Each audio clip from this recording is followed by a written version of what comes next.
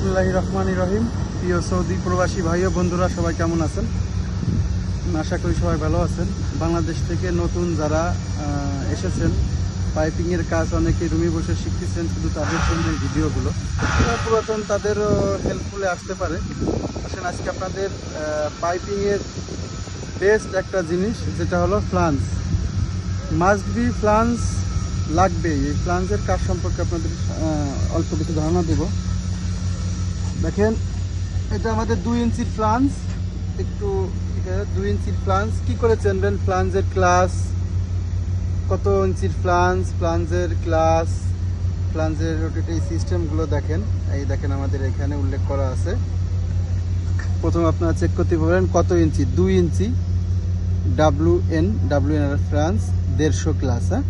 এবং এই যে আইটেম কোড, এই যে 2 ইঞ্চি বেসিক্যালি 4 হোল। সেম আরও আছে, দেখেন এই যে সেম 2 ইঞ্চির, এটাও দেখেন।